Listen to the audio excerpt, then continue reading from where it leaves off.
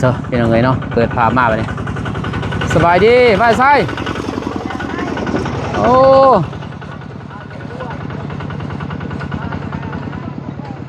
มาแต่ส่วนเป็นยังไง เต็มเออต่อนะเป็นเนาะเปิดภาพมาพี่มาเยี่ยมมายามเป็นเนาะน้องสลีเพิ่นก่อนสิกลับบ้านเป็นเนาะพอดนแล้วบ่นุ่งก็บ่ได้เยี่ยมมายามทั้งพอฮักน้องสลีก็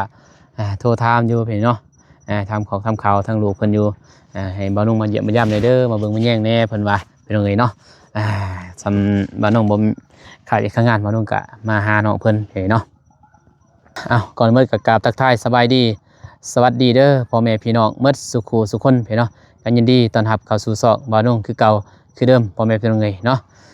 ตอนนี้ก็มาเยี่ยมมายามน้องเพิ่นก่อนพอเนาะจักเป็นจังได๋ล่ะพี่น้องเนาะข่าวสบายเด้อเบาสายบริสื่อยังมากพี่นะซื้อของพังของตอนซื้อมี ใช่ซื้อยัง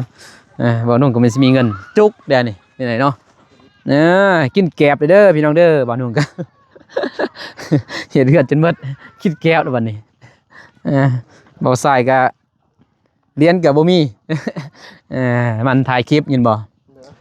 ไปอยู่บ่ไปหาหนองบุษบาไปมื้อแรกโอ้ยบ่ไปถ่ายเนาะบ่าวนุ่งก็บ่ได้ค่าไปหนีไปถ่ายป้าตัวบรรยากาศเก่าๆพี่น้องเดิมที่บ่าวนุ่งเคยมาตัว FC คือสีคิดฮอดคิดถึงพี่เนาะบรรยากาศเก่าๆบ้านน้องสาลีพี่น้องพูนตัวป่วน พูนตัวคือเซลพี่น้องบรรยากาศเดิม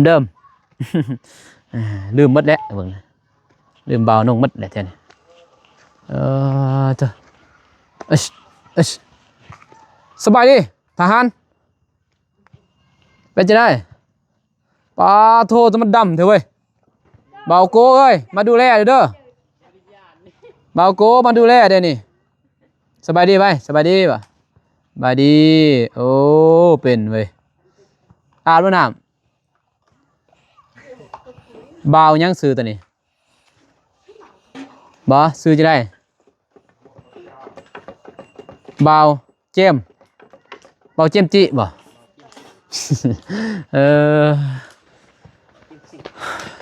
สบายดี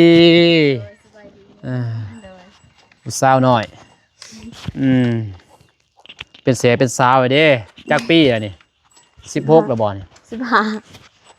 15สาว15ปีสบายดีสาวเจลคือว่าจอยมดไผพ่อเหลวเว้ยอดเข่าบ่คิ้วเข่าแล้วบัดนี้ไปหาอยู่หากินใช้ได้บาทนี่บ่มีแน่นอนเบิดได้เด้เวียกนี่โดยรับจ้างบายอยู่ไสบาทนี่สบายดีอยู่บ่บ่เจ็บบ่เป็นบ่สบายดีอยู่บ่โดยก็ตัวจอยหมดเป็นหยังไม่ได้คนเจ็บคนเป็นเบิดเจ็บมันเฮือนมันซ่านจอยได้สาลีหรือว่าเสือใหญ่บ่เป็นน้ำเสือบ่จักบ่เสือใหญ่เยอะเรือมันแปลกหน้าบ่เรือมันแบบยืดห่างบ่เนาะพอบ่าวโน่งมา15 ปีมันสิยืดห่างบ่จักสูงกว่าเก่าบ่สูงกว่าเก่าพี่น้องเอ้ยเนาะเห็นแต่เพิ่นไปมื้อนั้นบ่าวโน่งย่อเฮือนบ่าวตูนเห็นเพิ่นไปกับน้องสารเพชรไปหยังไปปลูกผัก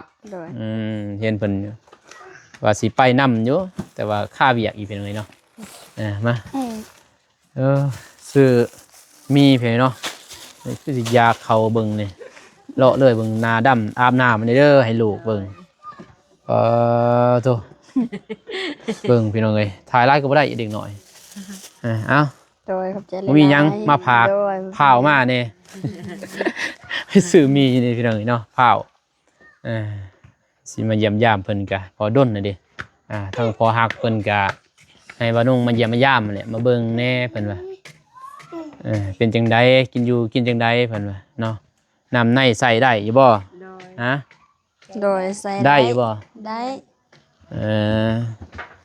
น้ำกินเด้กินตัวนี้บ่ต้มเอาบ่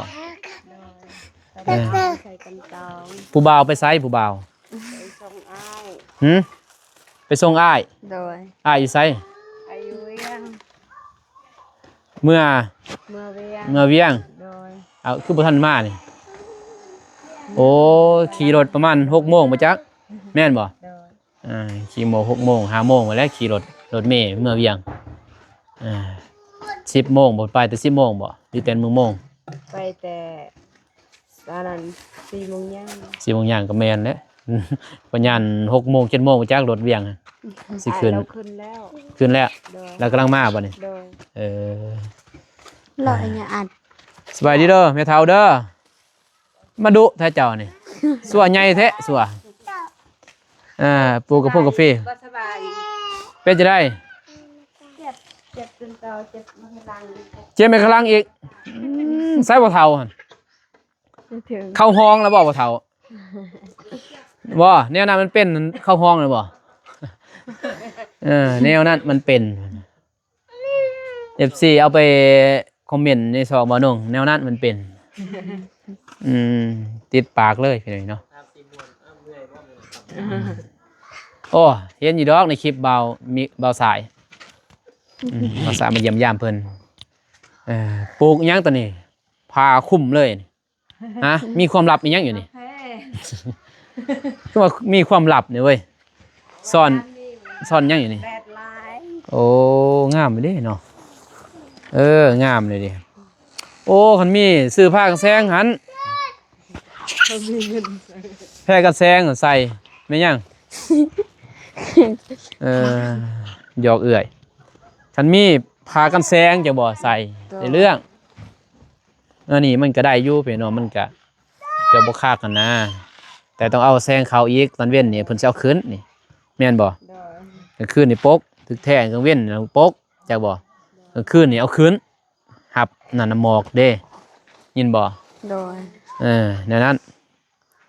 ใส่พูนหยังใส่ ขี้งัว งามเลยเด้มื้อนั้นมา ขี้แก้ม มาตอนนั้นอยู่นี่นี่โอ้ยขี้หลายเลยพี่น้องเอ้ย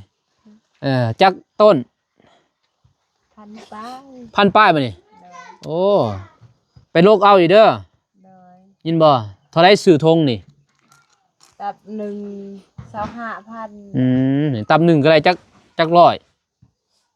300 บาท โพด ก็พอไปซื้อได้มาเนาะ โดย ไปโลกเอาอยู่สวนยินบ่ โดย นี่มันแตกนี่ก็ใส่ฮดนี่มันแตกเองดอก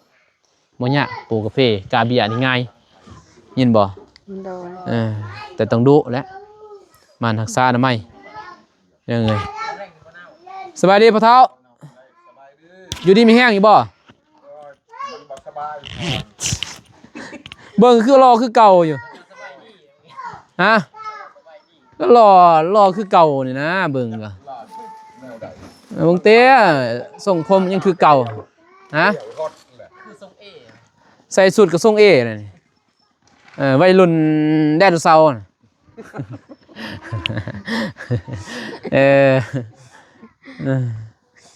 กินฮอดอยู่บ่ คิดหอด ไปตึกอยู่บ่เบ็ด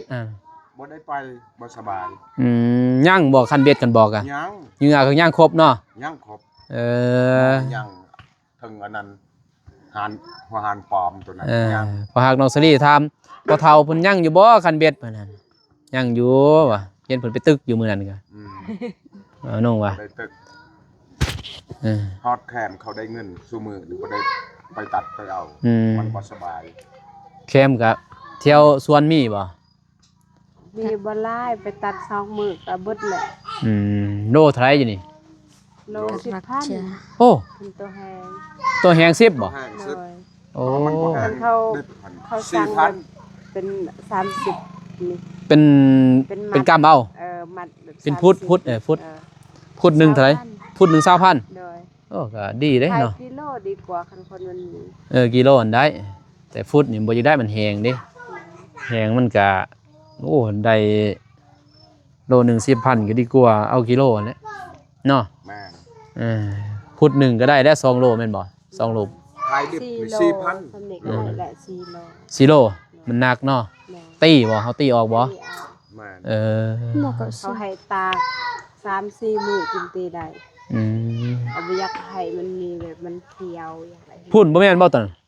ตัวนั้น แม่นหันพุ่น ฮะ เขาพูนและสวนแคมขาวๆ นี่ขาวๆนี่พี่น้อง โดย นี่ปลาเค็มเลยนี่ตัวนี้แหละปลาเค็มส่วนเขาบ่ให้เอาบ่ เขาเอาแต่เขายังทันได้เอาช่วงนี้เพราะว่าเขามีกาแฟเขา เขาบ่ให้เฮาเอาบ่ บอกเขาปลูกเอง ตามดิน อืม ให้ดิ นั่น น เขาปลูกตัวนี้ เฮ็ดอิหยังก็ได้นะพี่น้องเนาะถ้าดุเที่ยวนี้ก็เป็นราคาหมดบรรยากาศคักดีพี่น้องกำลังตะเวนตกดินเอ่อแตกหมดเนาะเพิ่นเนาะเดินบ้านเดินเมืองเลยอืม นอนล่า ฮ้อนอันนี้นี่น้ำในไฟสว่างเนาะ โดย หมอนั่นคือว่าจงโป่งบ่มันเป็นหยัง ตัวนั้นแหละพอว่า หึ เขาเอานั่น ตัดใหม่มันถึกมันแต่งใส่ไผ่ บ่ได้นี่โอ้คือเราสอดแต่เทิงผ้าแม่นเพิ่นน้องสลีเปิดไพ่เห็นหูจงโป่ง เปิดไฟ คือเราห้อยคือว่าลุแล้วฮอดบ่ว่าติวะน้องสลีเปิดไพ่เนาะ โดย เอาลงว่าห้อยคือว่าเบิ่งเงินคือว่าจงโป่งเบิ่งคือแนมฮอดถึงฝาตอนนั้นจงโป่งตัวเบิ่งนี่สายไฟตัวนี้เพิ่นเนาะผาดใหม่ลมทับมันดึง แต่ว่ามันบ่ขาด นี่พอแม่น ถึกหนานี่ ดีแล้วบ่ถือนี่เสียสมนี่ผัวป้าเนาะเสียสมบ่ได้เด้อเห็นแต่ เมียนเลย เมียนเลย เมียนเลย เอาไว้เป็นที่ระลึก พอได้ไปกับมันเอาออกเบิ้ง โอ้ เจ้านั้นเขาว่า บ่เชื่อ บ่เชื่อ บ่เชื่อซักเจ้าที่เจ้าโป่งพุ่นเนาะ โดย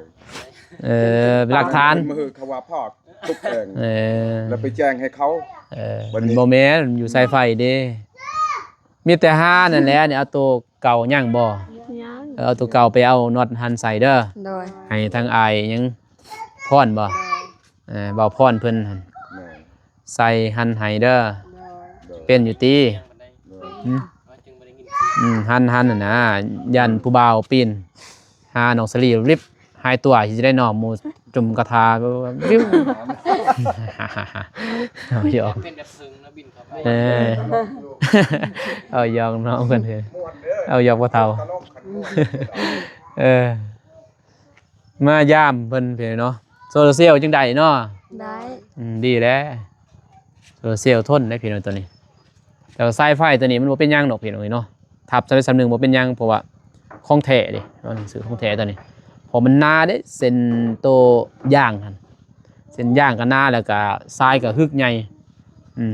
คันขาดตัวนี้ก็ถือว่าใหม่ตัวนั้นก็หักแหละ อยู่ยังไงเนาะมันบ่ขาดดอกมีแต่ตัวนั้นแตกก็ซื้อมีแต่ให้ทางเบาพรเพิ่นมัดหั่นเขานิดนึงก็ได้มีแต่สุขสันต์เด้อ โดย มาเยี่ยมมายามเบิ่งซื้อยินข่าวว่าอยู่ดีมีแห้งก็มีแห้งแล้วเนาะทางพ่อทาง FC เพิ่นก็คิดฮอดยินบ่ โด โด ย ย พอหักซารีก็คิดฮอดเนาะได้เสร็จถามเพิ่นอยู่บ่ ได้เสร็จอยู่ พอเพิ่นก็โทรมามื้อนั้นเนาะให้เบาน้องไปเบิ่งให้เด้อเพิ่นว่าเบาน้องบ่มีเวลาเนาะมาเยี่ยมยามน้องเพิ่นเลยว่า FC ก็คอมเมนต์มาหลายคิดฮอดน้องซารี โดย ยังคือเก่าเนาะอย่าพาเอาผัวเด้อเว้ยเนาะ15 ปีเอาผัวมามื้อหน้ามาเอาผัวบ่ได้เด้ โดย ประมาณคันอดบ่ได้แท้ๆก็เอา20ปีซะเนาะ โดย แต่อย่านำเด้ บอกแล้วจนได้ตัวแจวหายคอยได้พี่น้องเอ้ยเนาะใจบ่นุ่ง บ่ให้ ยินบ่ โดย ได้เฮาก็วางแผนถ้าสมมุติเฮาได้ความครอบครัวเพิ่นเนาะสมมุติซื่อๆอันนี้เพื่อสอนน้องเพิ่นนั่นแหละย่านเพิ่นลาเริ่มบัดนี้เนาะเกินวัยรุ่นบ่ทันฮู้ได้การไปดินไปเที่ยวจักบ่ลาเริ่มแล้วก็มันต้องมีการผิดพลาดยินบ่ โดย เพราะว่าเฮาอยากฮู้อยาก ลองหั่นนะ โดย จักบ่ไว้อยากรู้อยากลองขึ้นว่าในสิ่งที่มันเฮาบ่ฮู้อันแหละ โดย แต่ว่ามันผิดพลาดมาแล้ว แก้ไขบ่ได้เด้อ โดย ยินบ่ คือบ่าวน้องว่าวจังไดคือแม่ เอออย่าให้ตำร้อยยินบ่ โดย คันตำร้อยน่ะบ่าวบ่มาเลยเด้เห็นเจ้าก็นี่ บ่อยากแนวนะพี่น้องเนาะยินบ่ โดย มากบ่แบบนี้ บ่ ฮะ บ่ บ่แม่นบ่ โดย คือระบ่าวนี่แหละยินบ่ โดย ระบ่าวนี่บ่มักเด้คนกินเหล้ายินบ่ โดย ย้อนหยังบ่มักเบื่อคนกินเหล้าคือพ่อของระบ่าวยินบ่ โดย พอบ่อานงแต่อยู่เฮือนเนี่ยเพียงเลยเนาะแต่เดี๋ยวนี้เราเศร้าแล้วกินเหล้าแต่กี้เรากินแต่บ่าวนงเกิดมาแล้วนะจนอายุบ่าวนงเอาเมียจน10 ปีมาอยู่นำเมียจังเราเศร้ากินเหล้าความแต่หันมาเนี่ยดาบ่าวเห็นแล้วเบื่อเข้าใจบ่เรานี่ใกล้อยู่แต่บ่กินเบื่อหมดนะในสิ่งมึนเมาแบบบ่ตองเลย เห็นแล้ว นึกภาพตอนมาแล้วก็บ่าวนงน้ำตาสิไหลไปเนาะเห็นแม่เราอยู่เราให้จักบ่ โดย นี่คือกันอย่าตามรอยเด้อ โดย นั่นแหละในสิ่งมันนี่ยังอีก เอาไว้ตะขึ้น สายเลาะบ่มาฮอดพี่ มีแต่นั้นนี่เด้อ โดย แล้วบ่าวก็สิสอนอีหยังยินบ่ โดย จักสิสอนได้เพิ่นเนาะให้น้องเพิ่นนั่นแหละมีแต่ต้องคิดนั่นแหละยินบ่ โดย เอาอยู่ในกรอบวัยรุ่นยินบ่ โดย บ่าวซ้อนก็เป็นห่วงเจ้าหั่นแหละ โดย บ่อยากให้ตามนี่ กันว่าสิเอาแล้วมั่นใจว่าเขามักเฮาเนาะ โดย เอาได้เขามีฐานะสำใดจำหนึงคันว่าบ่ำรวยดอกเพิ่นเนาะมีสำอยู่กินได้นะ โดย เอาไปอยู่นํเขาก็ได้แม่นบ่ โดย ถ้าเฮามีต่อหน้าไปเฮาสู้ซนกับผัวหยังเฮาก็บางทีก็มาเบิ่งพ่อมึงแม่เห็นนั่นเห็นบ่แต่ตอนนี้วัยตอนนี้กำลังเฮียนฮู้ได้เพิ่นเอ้ยเนาะไผ อันเบามิด ตำรวจกลุ่มนี่บ่ โดย หาขายเครื่อง เซนเพิ่น จนนี้ติดซีนเลยแหละ จนติดนี่มีแต่นั้นแหละเด้อ โดย คันดาบาวมาเจ้าสีเบื่อซ้อนดุไปนะบ่นี่ซ้อนผู้นั้นผู้นี้ตัวเองนี่สิซ้อนบ่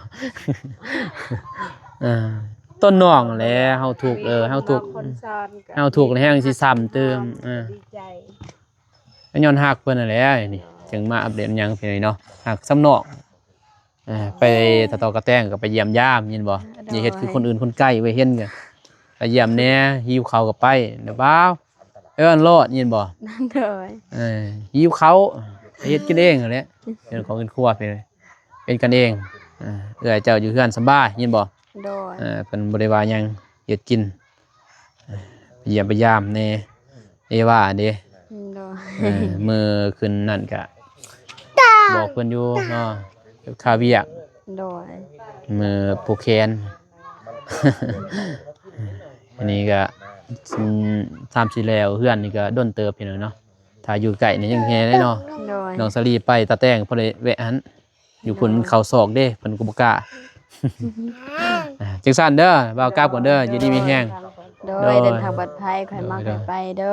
อ โดยมันค่ำน่ะย่านเด้เว้ยบ่าวย่านเมื่อเพื่อนเว้ยสิเมื่อทางนี้ดอกเมื่อทางนี้บ่ทางกับกอกบ่ กันจะเมื่อทางกำกอกก็เมื่อกำกอกได้ไหมจะเมื่อทางพุ่นคนก็สิเมื่อทางพุ่นขอย่านดิ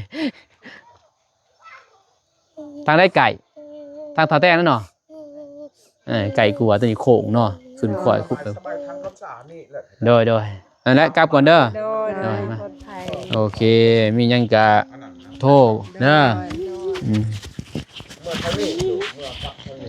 อโดยไปก่อนได้ไหมเท้าเด้อโดยกลับก่อนพ่อเท้าไปหากินให้ลูกให้หลานหน่อยเด้อ ซื้อให้ขึ้นเด้อ โดยสาธุเจอกันอยู่ดีมีแห้ง อยากสิได้ความใครอยากสิมีเด้อ โดย ลูก2คนหั่น อ ไปสร้างยางงามตลอดชีวิตฮอดเถื่อนฮอดศาลฮอดบ้านฮอดเมือง โดยสาธุ สบายดีลูก2คน เศร้าแล้วนี่ก็เพาะสุดยอด เศร้า อืม พอมีแตยาตัวนั้น ใส่ไปหาป่า เคลื่อนนี่เด้อ โคน เกิน ผู้ดีเศร้ากินยาดีกระเพาะเพิ่นบ่เจ็บเลยนี่ แม่น แต่เบาเตียงยังคือเก่าเป็นแรง แต่เบานุ่งนี่เศร้าแล้ว แม่น เออบ างเทื่อเบาเตียงนี่เพิ่นบ่กินด้วยซ้ำ กิน กินคือกันบ่ กินแต่ว่า